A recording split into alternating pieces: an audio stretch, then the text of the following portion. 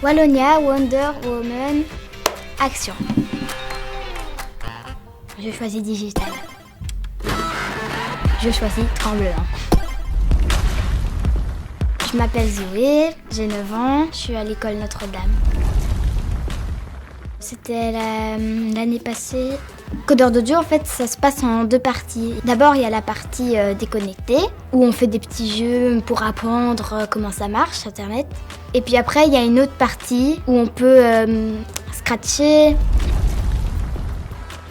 Scratch, c'est un logiciel pour coder. Et c'est chouette parce qu'en fait, tu peux choisir des lutins et tout. Et il y a des blocs.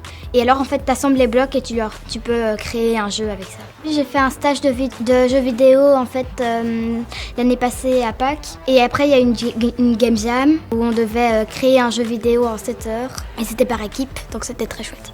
C'était un espèce de ninja comme ça, et il devait récupérer des pots de confiture en évitant les obstacles. Par exemple, il y avait une activité, une fois, c'était un robot en duo.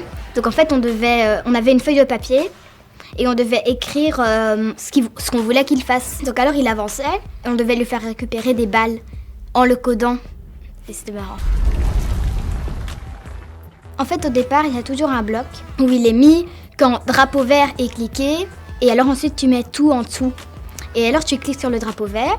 Et quand tu veux arrêter parce que tu vois que ça marche pas ou par exemple tu as fini ton jeu, tu appuies sur le bouton rouge. Et donc alors après, tu peux continuer à programmer et puis retester, puis enlever, puis continuer à monter.